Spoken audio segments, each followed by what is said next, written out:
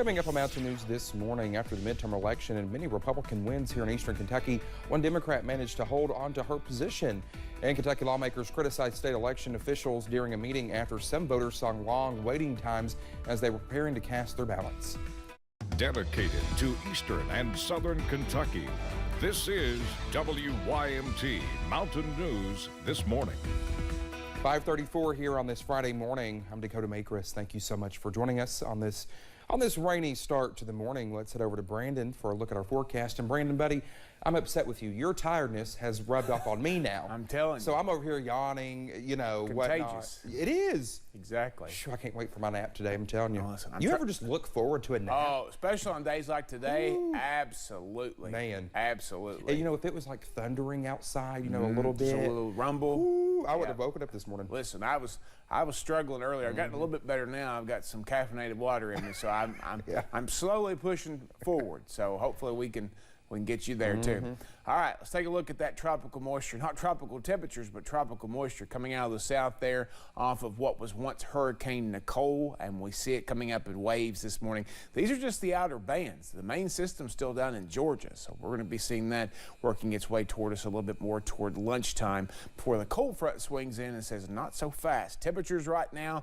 mid to upper 50s in most locations, 63 in Logan, 60 Lexington and Louisville this morning. Regional temperatures, look where the cold front is. Can you spot it? Springfield, Missouri, down to 40 already. And then the other side, Myrtle Beach at 73. They're getting some of those remnants of Nicole as well. And they have a tornado watch out down that way. Nothing severe up this way.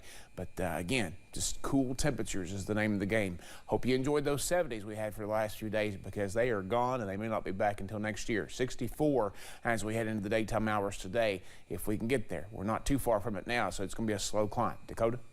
All right, Brandon, thank you. Well, eastern Kentucky saw a lot of changes after Tuesday's election, including new representation and more Republican wins. But one Democrat in eastern Kentucky will continue in her representative role, saying the ability to work across the aisle will continue to push the work forward. Our buddy Forbes has more.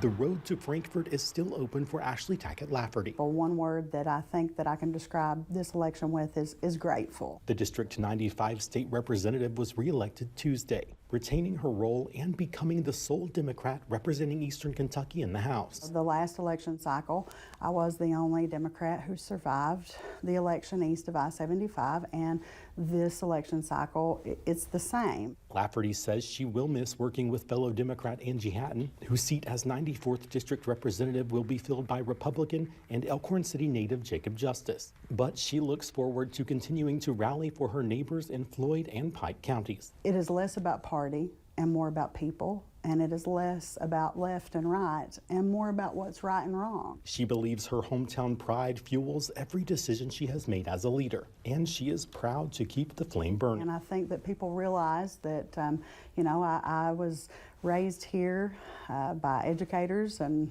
coal miners and old regular Baptists, and you know, I take my values with me to Frankfort. Building on every project she has seen planted since being elected in 2018. But when you see some of these projects coming to fruition, it really makes it all worthwhile. Focused on the families all around. If our children have to leave for job opportunities, then that's my fault. But if they choose to leave, then you know that was their choice. What we want to do is we want to be able to allow them to stay here and bloom where their roots are planted. And the future ahead.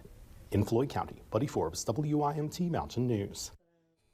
Well, Lafferty says she has faith that eastern Kentucky's leaders will continue to work together for the good of the region. We sat down with the youngest person elected to an office in Kentucky yesterday. 16-year-old Logan Sizemore was elected Tuesday as a Leslie County Soil and Water Conservation Officer. He says he wants to bring pride to his county and hopes other teens will do the same. I believe that they should be able to express their opinion, be able to put themselves out there and run, and just to achieve their dreams that they have for themselves like I'm trying to do right now. Well, Sizemore says he is thankful for the support he received from his community and parents. Two top incumbents in Breathitt County were reelected for another term.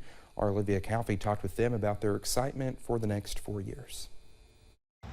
Mayor of Jackson Laura Thomas and Breathitt County Judge Executive Jeff Noble were both re-elected on Tuesday. Judge Noble says he is excited to have 4 more years to continue focusing on the future.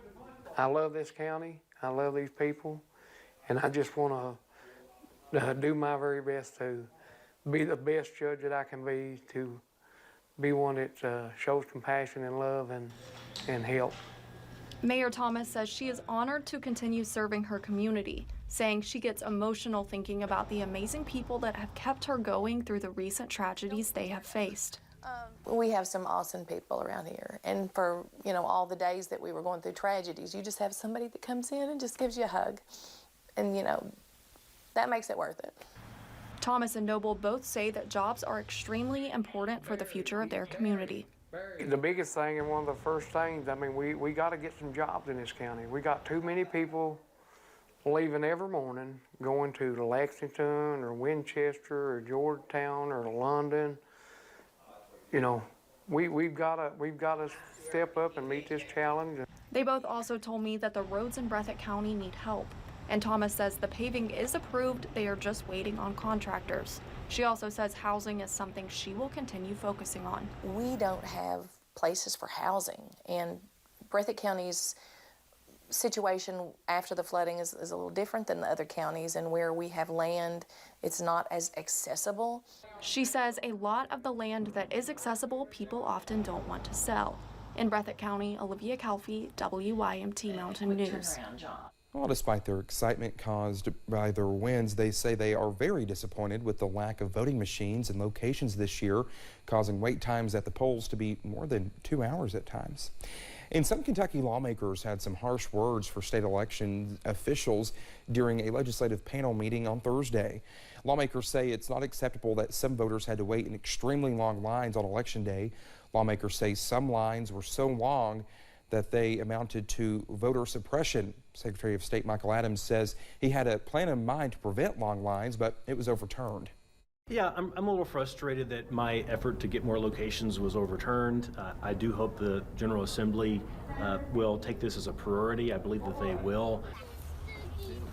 Well, the president of the County Clerks Association says it comes down to money. He says poll workers don't make enough and compares it to working 4 hours at Walmart. Election complaints have not stopped coming in just yet. As of Wednesday, there have been 34 post-election complaints.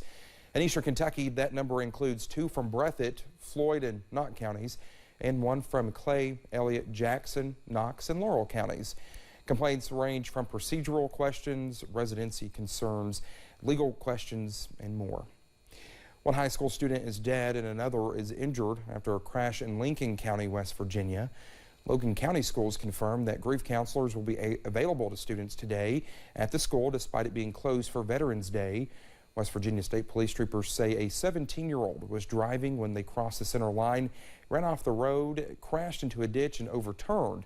Both the driver and passenger were thrown from the car. The passenger was flown to a hospital for treatment.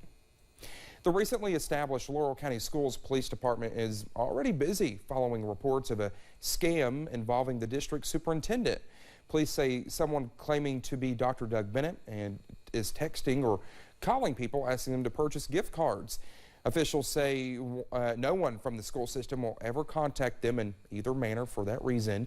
They ask if you get a text or receive a phone call to report it immediately and do not engage the suspect. Well, just ahead here on Mountain News this morning, a famous comedian is set to make history on a popular streaming service as he prepares to become the first person to do a live performance on the platform. Waves of heavy rain will plague us today, and temperatures crash hard this weekend. I'll have the latest in about 3 minutes.